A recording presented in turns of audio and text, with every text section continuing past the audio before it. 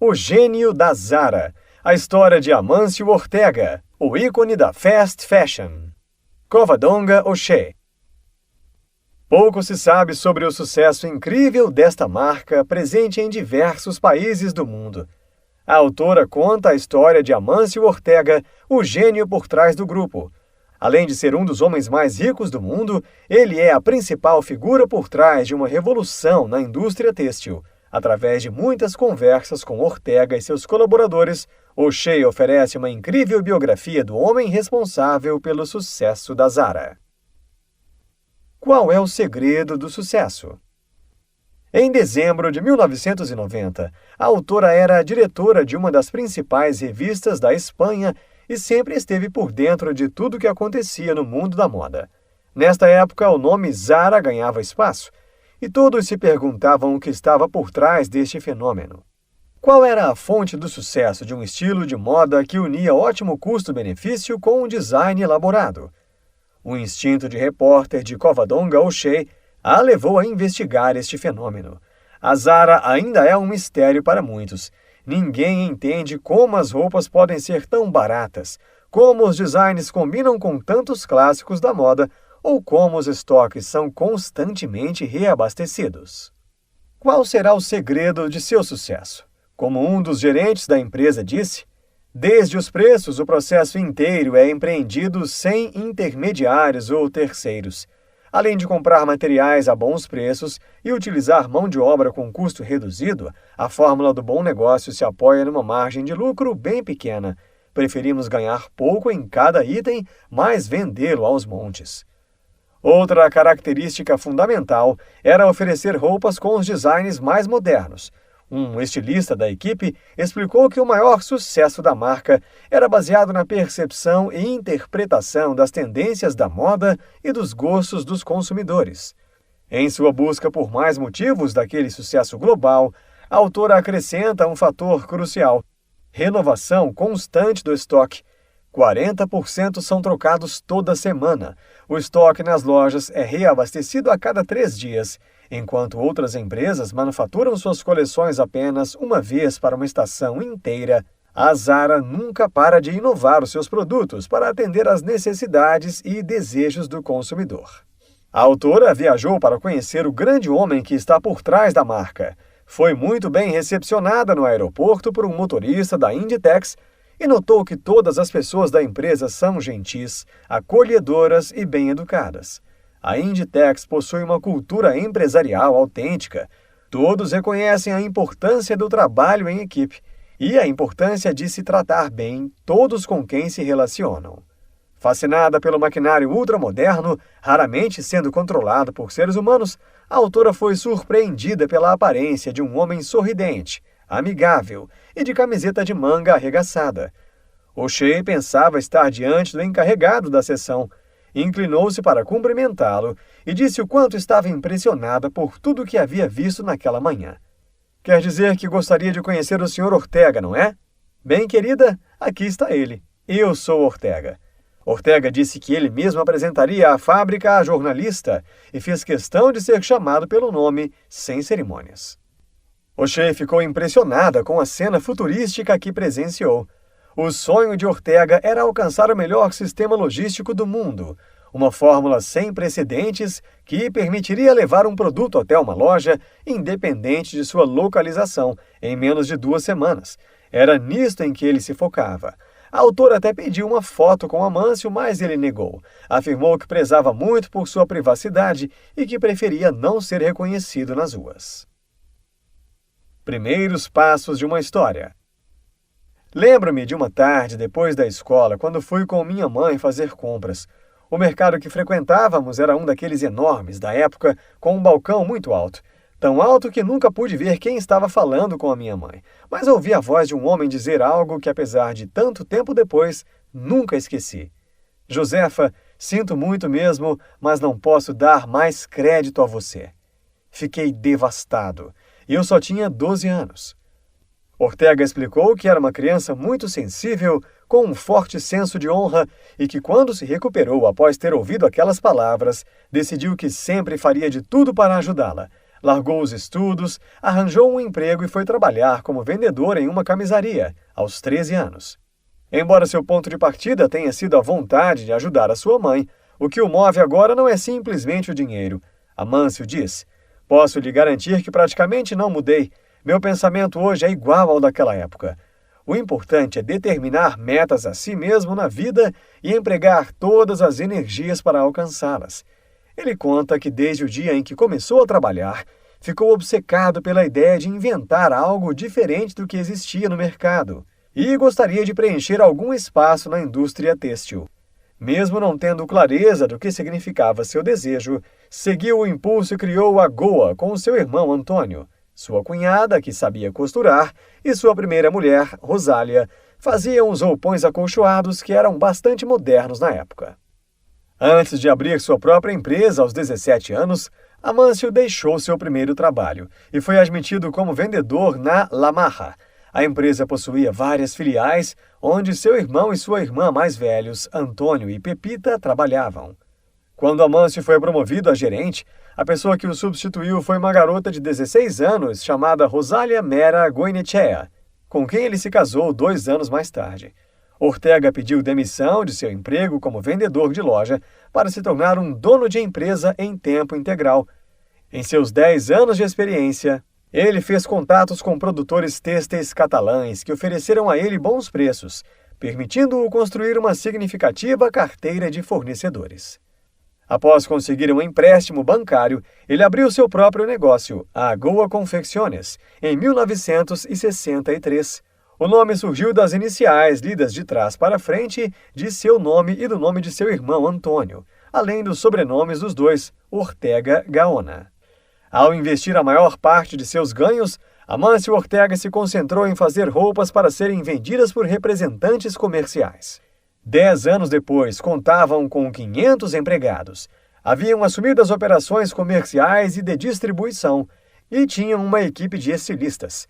Ele estava pronto para dominar a distribuição varejista. A autora conta que em 1975, a abertura da primeira loja Zara em La Coruña foi um marco ao introduzir um método de produção que apresentou uma inovação até então desconhecida na indústria da moda europeia àquela época.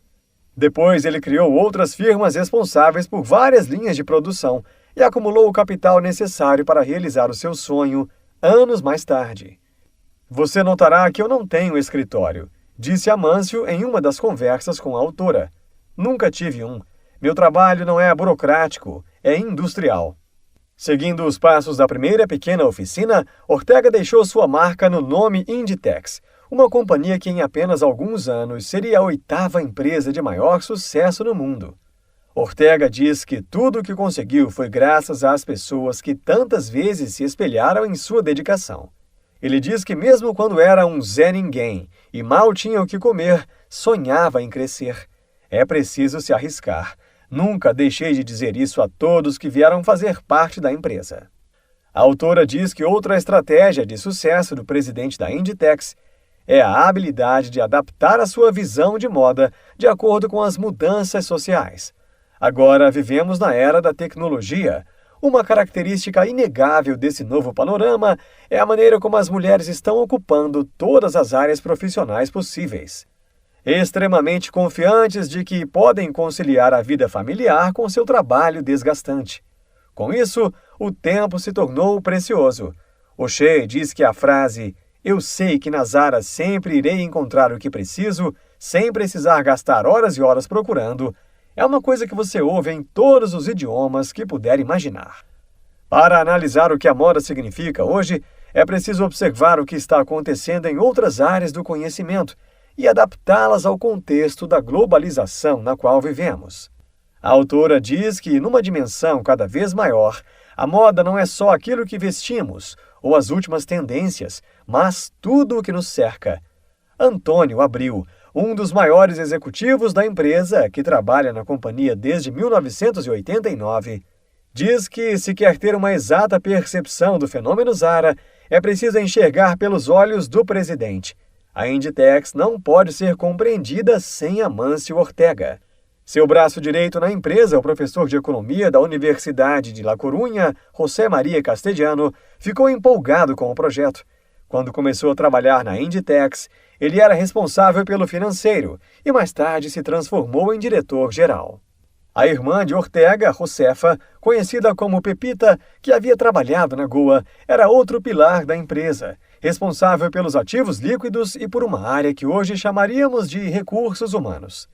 Já bem no início de sua aventura, Amâncio tinha claro em sua cabeça que era sua missão ser o líder da companhia.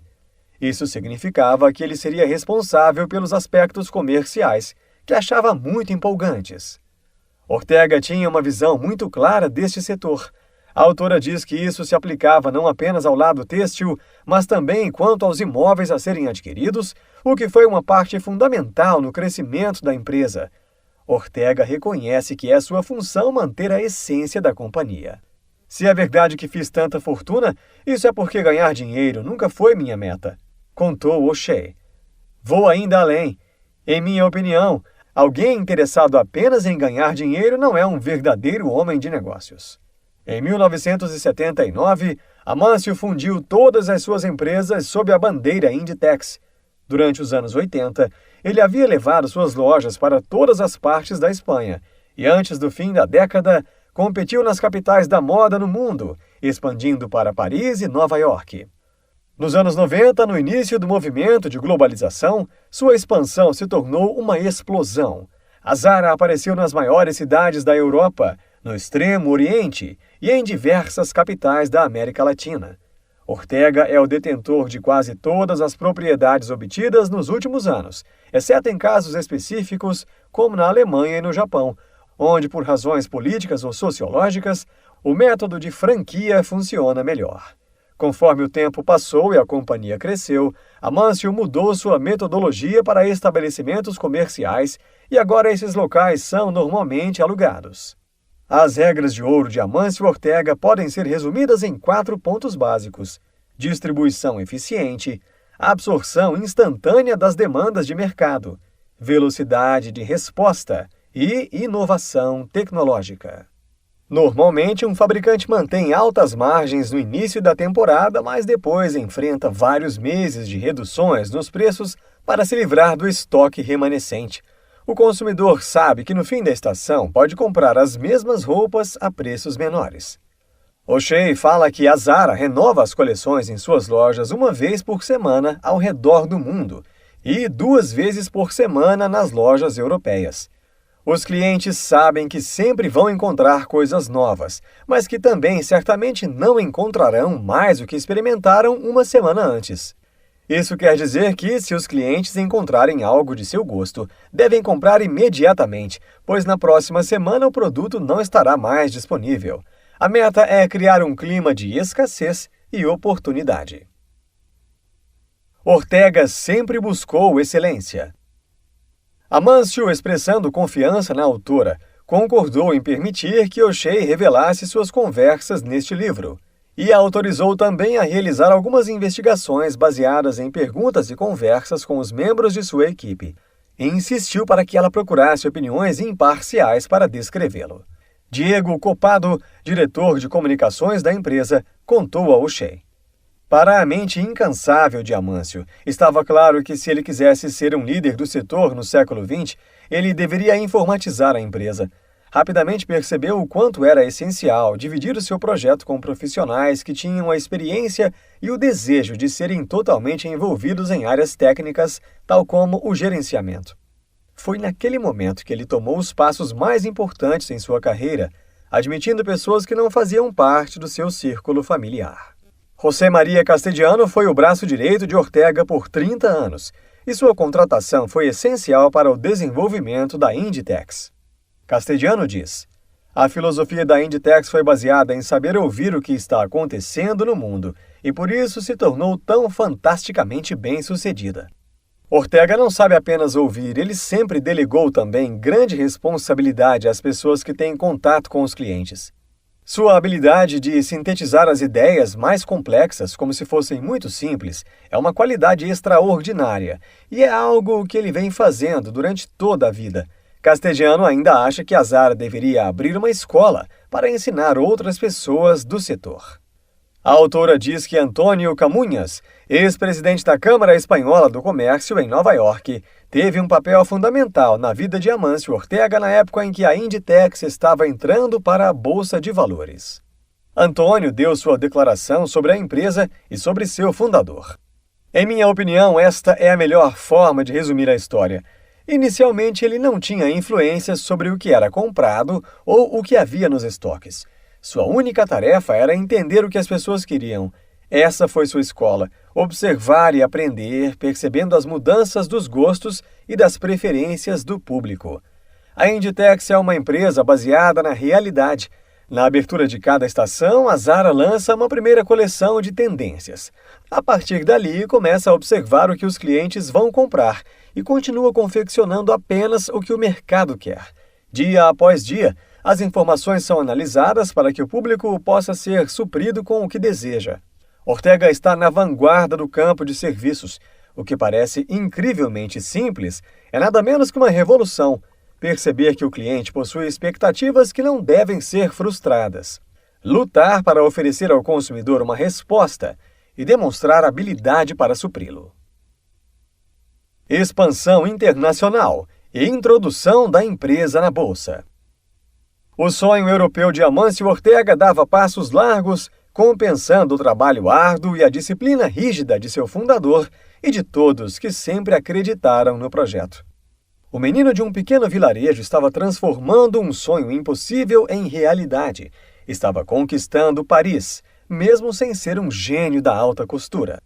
A expansão internacional está atualmente focada na Ásia. Amâncio não esteve presente na abertura das últimas lojas, mas nunca deixou de acompanhar de perto tudo o que acontecia. Para entender melhor a decisão de introduzir a empresa na Bolsa de Valores, a autora entrevistou Marcos Lopes, diretor do mercado de capitais, que foi contratado pela Inditex em 1999 por causa desse fato determinante. Nesse empenho de dar à empresa certa familiaridade com o mercado, adotamos uma nova abordagem de abertura de capital, diferente da que já tínhamos feito. Um ano antes, pedimos a 5 grandes bancos que trouxessem seus investidores nacionais a Arteixo. Um programa de visitas foi organizado. Eles conheceram as pessoas e receberam uma explanação minuciosa sobre o que era a empresa. As operações eram explicadas aos grandes investidores institucionais, em uma ação similar ao que é hoje conhecido como marketing viral. Os investidores, a quem deram tanta atenção naquele momento, mais tarde aumentaram suas participações, demonstrando um claro comprometimento com a empresa. Lopes explica que toda oferta pública inicial, IPO, requer transparência. A discrição é saudável, mas não o sigilo absoluto, e foi por isso que decidiram colocar a primeira foto de Amâncio Ortega no relatório de 2000. Quando lhe foi perguntado o que sentia sobre ter sua empresa inserida no mercado de ações, ele respondeu: "É como se minha filha fosse se casar amanhã." Nas palavras de Marcos Lopes, foi a operação espanhola mais procurada. Isso quer dizer que foi a maior demanda sobre a oferta em número de ações que já aconteceu a qualquer empresa espanhola. A característica mais admirável da generosidade de Amâncio, como foi dito por diversas pessoas com quem O'Shea conversou, foi a forma com que ele distribuiu ações para todos os empregados, quando abriu o capital da empresa. Para muitos, aquela decisão foi vital. O dinheiro, que logo se multiplicou, foi empregado de diversas maneiras, desde ajudar aos pais ou comprar um carro, até abrir uma conta no banco para os filhos. O sucesso de uma empresa com alma. Quando se está em paz consigo mesmo, você chega em casa ou ao trabalho com um pensamento positivo e transmite esse otimismo a todos. A vida é muito mais fácil do que parece. Ortega diz que sempre fala aos gerentes que é preciso gostar das pessoas que trabalham na empresa. É uma obrigação.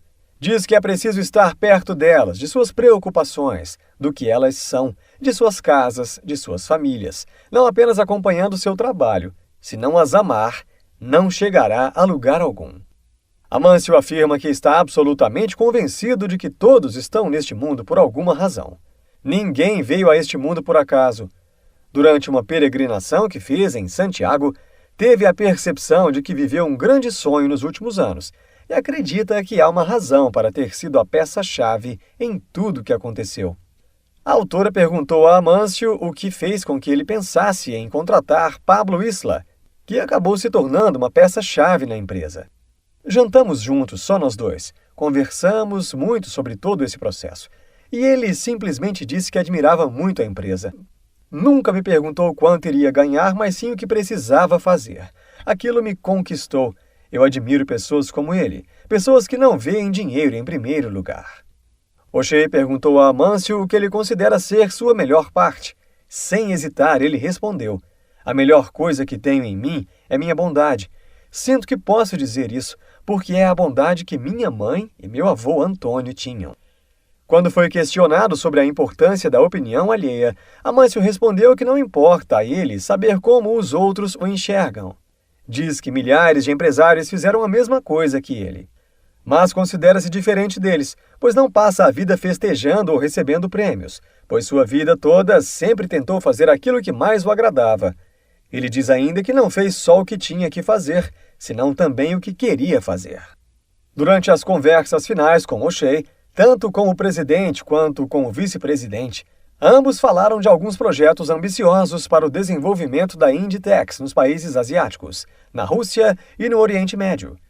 Então, a autora aproveitou para perguntar para Amâncio se isso os obrigaria a deixar um pouco de lado a expansão na Europa. Considerando que por muito tempo sempre entendeu que era a mão de Amâncio que conduzia o barco, O'Shea ficou bastante emocionada com a resposta dele. "Faremos o que Pablo disser. Ele decidirá, e eu certamente o apoiarei." Insights. A marca deve estar sempre antenada com o que o cliente quer e rapidamente atender aos seus desejos. O clima de escassez e oportunidade faz com que os clientes visitem e comprem com mais frequência, pois eles sabem que o mesmo produto não estará disponível na próxima semana. Antigamente a mulher corria atrás da moda, hoje a moda é quem corre atrás da mulher. A moda reflete tudo aquilo que acontece na sociedade. O verdadeiro homem de negócios não é focado apenas em ganhar dinheiro. Neste livro você aprendeu que a história do grande homem por trás da Zara mostra como uma situação difícil pode ser utilizada como motivador para a busca incansável pelo sucesso. Com muita humildade, Ortega nos mostra como o trabalho em equipe deve ser e como a valorização de cada colaborador é importante para um bom resultado final. A autora também apresenta os diferenciais da marca que podem servir de inspiração para quem pretende seguir carreira no ramo, como a rápida interpretação das necessidades do consumidor e a agilidade em colocar os produtos no mercado, além de uma grande capacidade para criar equipes focadas e motivadas.